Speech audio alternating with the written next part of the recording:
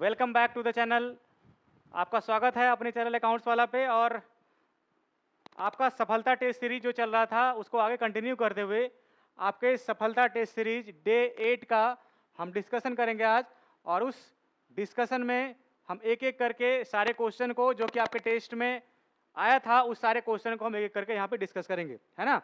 तो चलिए question number 1 without wasting time, हम पहला क्वेश्चन जो कि आपके माइक्रो इकोनॉमिक्स से है, ठीक है। तो क्वेश्चन नंबर 1 क्या पूछा जा रहा है?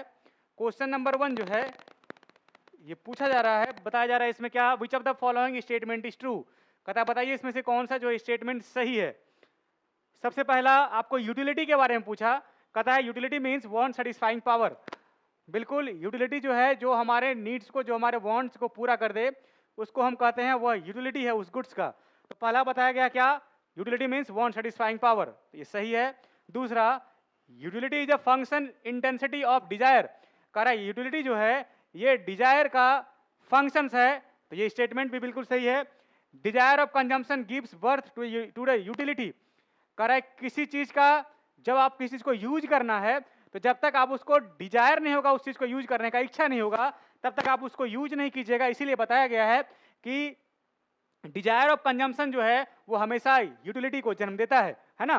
तो तीनों स्टेटमेंट सही है इसमें, तो आंसर इसका कौन सा हो गया, option number D, all of the above. चलिए नेक्स्ट क्वेश्चन पे क्या बोला कि consumer behaviour is studied in. आपको माइक्रो इकोनॉमिक्स में हम आपको बताए थे कंज्यूमर बिहेवियर का मतलब एक इंडिविजुअल कंज्यूमर के बारे में स्टडी करते हैं। जब भी इंडिविजुअल के बारे में स्टडी किया जाए, इंडिविजुअल कंज्यूमर, इंडिविजुअल प्रोड्यूसर, तो वो सारा का सारा, तो यहाँ पे बोला आपको कंज्यूमर बिहेवियर, तो इंडिविजुअल कंज्यूमर के बारे में बताया जा रहा है। तो इंडिविजुअल कंज्यूमर हम लोग किस में पढ़ते हैं, माइक्रो इकोनॉमिक्स में। मैक्रो के बारे में पढ़ते हैं तो बोलते हैं ओवरऑल या हमारे देश का सारा कंज्यूमर, जिसको हम लोग कहते हैं कंज्यूमर सेक्टर। तो ये बताया आपको इंडिविजुअल कंज्यूमर के बारे में, तो इंडिविजुअल कंज्यूमर किस में पढ़ते हैं हम लोग, माइक्रो इकोनॉमिक्स में।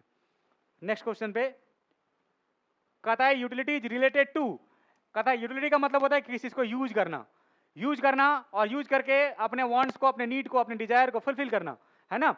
तो पहला बताया गया यूटिलिटी इज रिलेटेड टू, ये यूजफुलनेस, बिल्कुल सही। दूसरा है मोरालिटी। कहता है मोरालिटी जो है वो हो सकता है, मोरालिटी पॉजिटिव भी हो सकता है और वो मोरालिटी आपका निगेटिव भी हो सकता है। तो मोरालिटी भी जो है वो यूटिलिटी का एक हिस्सा है, जिसको हम लोग कहते हैं मोरालिटी, वो जो है वो यूटिलिटी से रिलेट कर सकता है। तीसरा बोला वांट, ये सेटिस्फैक्शन ऑफ ह्यूमन वांट्स, बिल्कुल सेटिस्फैक्शन ऑफ ह्यूमन वांट्स, या जिसको हम लोग कहते हैं जिसको यूज करके मानव इच्छा, अपनी इच्छाओं की पूर्ति करता है, अपने नीड को सेटिस्फाई करे ह्यूमन बीइंग, उसको हम लोग कहते हैं वह भी यूटिलिटी है। तो तीनों ऑप्शन सही होगा, तो कौन सा हो गया इसका, ऑल ऑफ द अबव। चलिए नेक्स्ट क्वेश्चन पे बोला who propounded the cardinal utility theory. Utility का दो थ्योरी, दो अप्रोच किसके किसके द्वारा दिया गया था। पहला का नाम था क्या, पहला का नाम था ऑर्डिनल, ये कार्डिनल अप्रोच, और दूसरा का नाम था क्या, ऑर्डिनल अप्रोच। कहता है कार्डिनल में ये बताया गया, कहता है कार्डिनल का मतलब होता है कि जब यूटिलिटी को हम लोग कार्डिनल नंबर या न्यूमेरिकल्स वैल्यू में हम लोग मेजरमेंट करते हैं, उसको हम लोग बोलते हैं ये कार्डिनल अप्रोच। जैसे 1 2 3 5 8 9 10 जो भी है, इसको हम लोग बोलते हैं वो कार्डिनल यूटिलिटी है।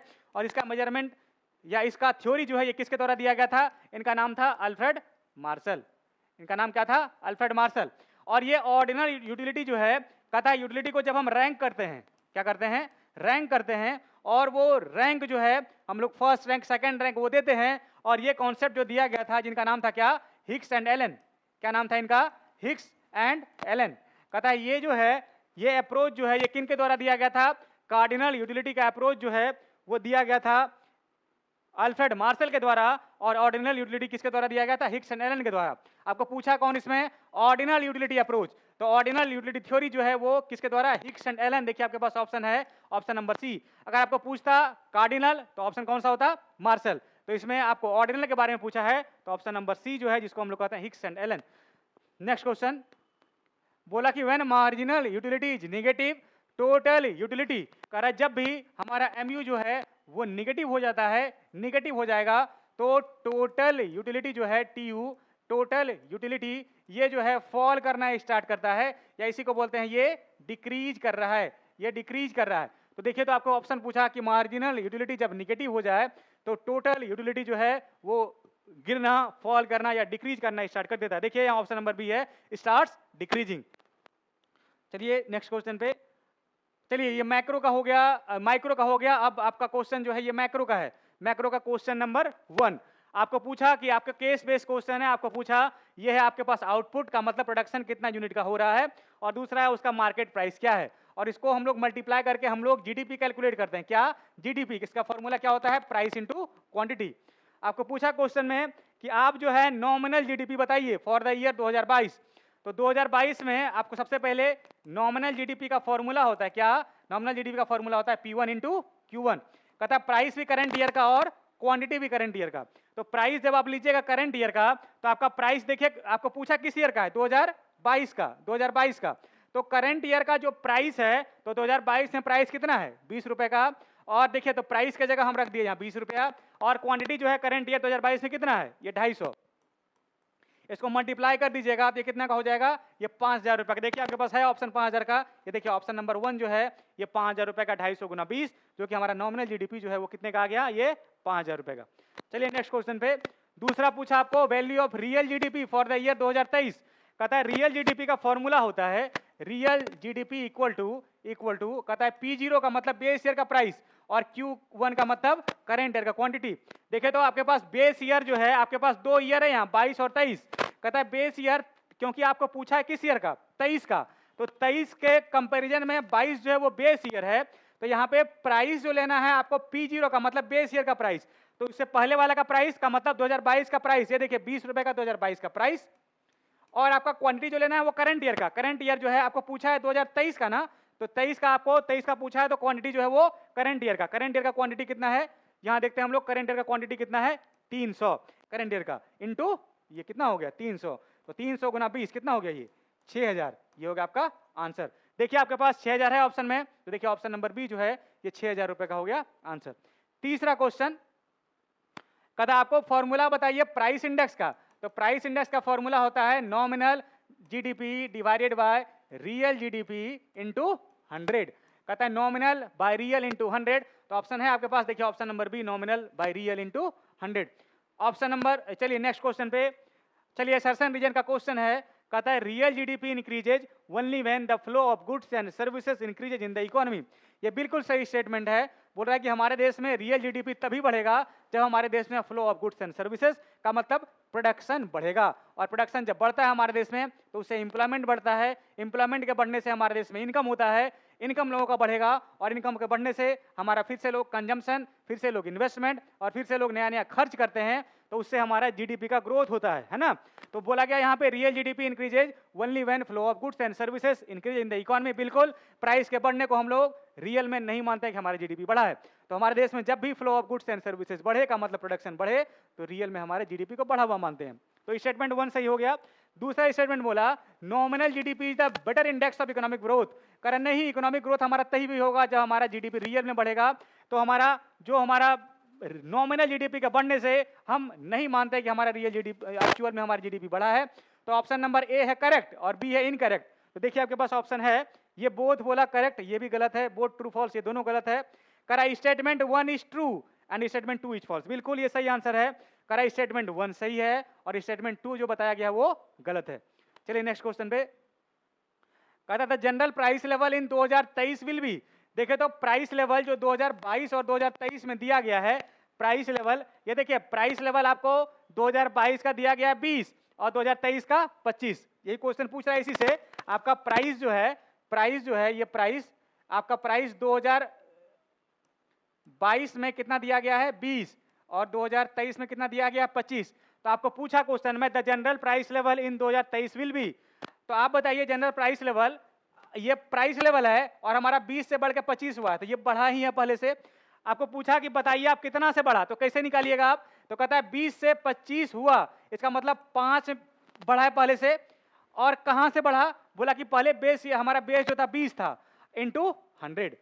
तो बताइए आप, कहता है कि आप बताइए इंक्रीज कितना परसेंट से किया। तो परसेंटेज इसी तरीके से निकालते हैं, 20 था और 25 हुआ, इसका मतलब इसको ऐसे निकालते हैं 25 और माइनस 20 और डिवाइडेड बाय 20 इंटू 100। तो 25 माइनस 20 कितना हुआ 5 और डिवाइडेड बाय कहां से बढ़ा था 20 से बढ़ा था, तो 5 बाय 20 इंटू 100। ये इसको कैंसिल कर दिए, 5 के 20 और ये कट गया 5 से। इसका मतलब 25% जो है हमारे देश में जनरल प्राइस लेवल पहले से बढ़ चुका है। ये देखिए ऑप्शन नंबर सी, ये बता रहा है कि हमारे देश में जो प्राइस लेवल है वो इंक्रीज कर गया है 2020 रुपए से 25 रुपए, जो हमारा 2022 से 2023 के मुकाबले। ठीक है, तो ये रहा आंसर। इसके बाद चलते हैं हम लोग नेक्स्ट क्वेश्चन पे। तो हमारा जो मॉर्निंग बैच का जो था हमारा डिस्कशन वो समाप्त हुआ। अब चलते हैं हम लोग किस पे, इवनिंग बैच पे, है ना। तो चलिए एक एक करके हम लोग सारे क्वेश्चन को देखेंगे। पहला क्वेश्चन माइक्रो का क्या बता रहा है, कह रहा है utility can be measured bye. हमेशा यूटिलिटी को जो है वो प्राइस में उसका मेजरमेंट किया जाता है ना। यूटिलिटी को हम हमेशा मनी में या प्राइस में उसका मेजरमेंट कर देते हैं, तो इसीलिए बोलते हैं कि हमारा utility can be measured by money. चलिए नेक्स्ट क्वेश्चन पे। दूसरा कहता है consumer equilibrium takes place at a point, कहता है जब उसका प्राइस उसके मार्जिनल यूटिलिटी के बराबर हो जाए, वहीं पे कंज्यूमर जो है वो इक्विलिब्रियम होता है। तो ऑप्शन नंबर ये देखिए आपका marginal utility equal to price जो है, या पीएक्स का मतलब प्राइस, एमयू का मतलब मार्जिनल यूटिलिटी। नेक्स्ट क्वेश्चन पे कहता है विच of the following is true, कहता है इसमें से बताइए सही कौन सा है। पहला कहता है TU increases till MU positive, बिल्कुल सही है, जब तक एमयू पॉजिटिव रहता है तो टीयू जो है वो इंक्रीज करता है। दूसरा कहता है टीयू जहां पे मैक्सिमम हो वहां पे एमयू का वैल्यू 0 होता है। देखिए कहा कि जहां पे टीयू मैक्सिमम हो तो वहां पे एमयू जो है वो 0 है, बिल्कुल ये भी सही है। कहता है TU declines when MU is negative, बिल्कुल जब मार्जिनल यूटिलिटी नेगेटिव हो जाता है तो टीयू जो है वो स्टार्ट फॉल या गिरना स्टार्ट कर देता है। तीनों ऑप्शन सही है, तो ऑप्शन नंबर कौन सा हो गया इसका, ऑप्शन नंबर डी। चलिए नेक्स्ट क्वेश्चन पे कहता है इंडिफरेंस कर्व। तो इंडिफरेंस कर्व आपको हम बताए हुए हैं, ये इस प्रकार का हमेशा से इसको बोलते हैं कॉन्वेक्स। ये कॉन्वेक्स टू द ऑरिजिन होता है इंडिफरेंस कर्व। ये आईसी जो होता है वो कॉन्वेक्स होता है। तो इंडिफरेंस कर्व कहा कॉनकेव नहीं, ये बिल्कुल ये कॉन्वेक्स होता है, बोथ एंड भी नहीं होगा। तो ऑप्शन आपका कौन सा हो गया, option number B, indifference curve हमेशा कॉन्वेक्स होता है। चलिए नेक्स्ट क्वेश्चन पे which of the following is a characteristics of utility, कहा यूटिलिटी का कैरेक्टरिस्टिक्स बताइए। कहता है यूटिलिटी साइकोलॉजिकल फेनोमेनन, बिल्कुल। दूसरा कहा था यूटिलिटी सब्जेक्टिव, ये भी सही है। यूटिलिटी रिलेटिव कॉन्सेप्ट, तीनों ऑप्शन सही है, तो ऑप्शन नंबर कौन सा हो गया, ऑप्शन नंबर डी। चलिए नेक्स्ट क्वेश्चन पे चलिए, अब जो है आपका मैक्रो का इवनिंग का खत्म हो गया, अब हम मैक्रो पे आते हैं। ऑप्शन पहला क्वेश्चन नंबर 1 बता रहा है आपके पास which of the following is not correct. कहता बताइए इसमें से कौन सा जो है वो सही नहीं है। तो इसमें से सही नहीं है कौन सा आपको बताना है। कहता बताइए इसमें से कौन सा सही नहीं। एक सेकंड हमको पानी पी लेने दीजिए।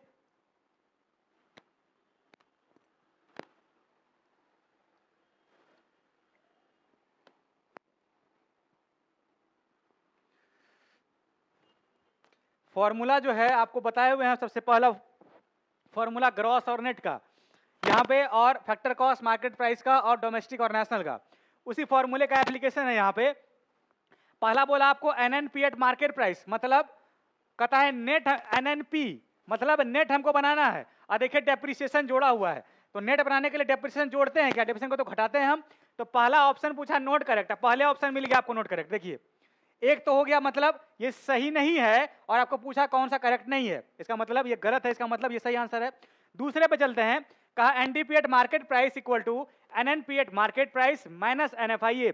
आपको डोमेस्टिक बनाना है यहाँ नेशनल, तो नेशनल से डोमेस्टिक बनाने के लिए हम जो है नेशनल से जब डोमेस्टिक बनाते हैं तो एनएफआईए को माइनस करते हैं, और एनएफआईए देखिए आपका माइनस यहाँ है भी, तो इसका मतलब ये ऑप्शन सही है। आपको पूछा है नोट करें, इसका मतलब ये गलत है, ये सही रहते हुए भी ये ऑप्शन गलत है। तीसरा बोला आपको एनडीपी एट फैक्टर कॉस्ट, कहता है एनडीपी एट फैक्टर कॉस्ट आपको बनाना है, और आपके पास एनडीपी एट मार्केट प्राइस दिया हुआ है। तो आपको पता है मार्केट प्राइस से फैक्टर कॉस्ट जब हम बनाते हैं, मार्केट प्राइस से फैक्टर कॉस्ट में कन्वर्ट करने के लिए मार्केट प्राइस में से एनआईटी को माइनस कर देता है, फैक्टर कॉस्ट बनता है ना। तो एनआईटी जब माइनस करेंगे तो एनआईटी का मतलब होता है इनडायरेक्ट टैक्स और माइनस सब्सिडी। तो ये जब इसको करेंगे तो एनआईटी जब माइनस करेंगे तो देखिए माइनस आईटी हो गया, माइनस आईटी, अब माइनस माइनस प्लस सब्सिडी हो गया। तो देखिए तो माइनस आईटी है, यहाँ प्लस सब्सिडी है, तो इसका मतलब ये भी सही आंसर है। आपको पूछा गलत, तो उस हिसाब से ये भी गलत हो गया। तीसरा बोला आपको कि factor cost GDP at factor cost equal to, आपको पूछा है gross at factor cost, gross domestic product at factor cost equal to net domestic product at factor cost plus depreciation. कह रहा है कि हमको अगर हमारा एनडीपी एट एफसी हमको बनाना हो और हम डेप्रिसिएशन उसमें जोड़ दें तो ये सही आंसर है कि जीडीपी एट एफसी आ जाता है। तो आपका ये भी सही हो गया, तो तीनों ये भी सही, ये भी सही, ये भी सही।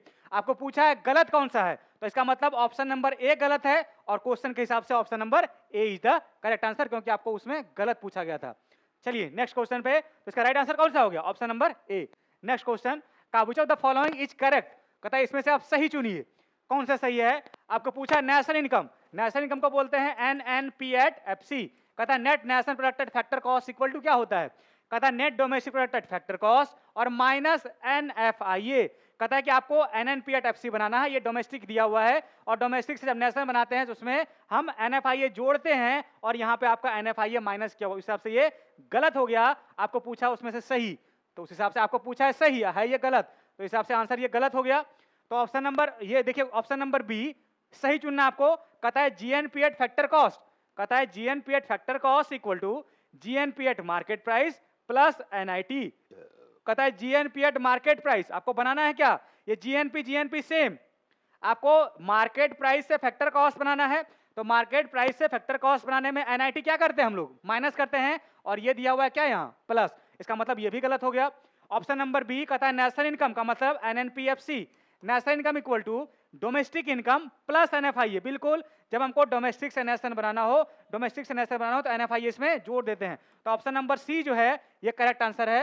ऑप्शन नंबर डी भी चेक कर लेते हैं। कहता है GDP at factor cost equal to NDP at factor cost minus depreciation. आप ग्रॉस बनाने के लिए डेप्रिसिएशन जोड़ते हैं, ये खड़ा दीजिए, ये भी गलत हो गया।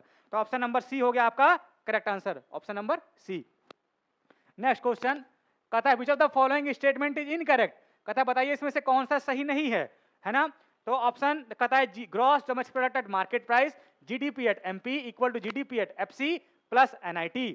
आपको इनकरेक्ट पूछा है। ऑप्शन कहता है कि हमारे पास GDP एट FC है और हमको बनाना है क्या? GDP at MP।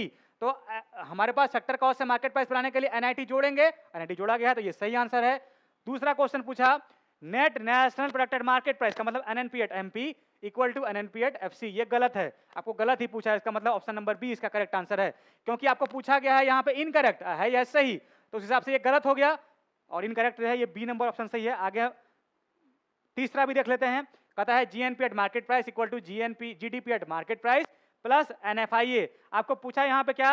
नेशनल बनाना है, आपके पास डोमेस्टिक है और ये मार्केट प्राइस है, तो बिल्कुल ये आंसर आपका सही है। ऑप्शन आपको गलत पूछा है, उस हिसाब से ये भी गलत हो गया। और आपका कहता है net national product factor cost equal to national income, बिल्कुल NNP एट FC को हम लोग नेशनल इनकम भी कहते हैं।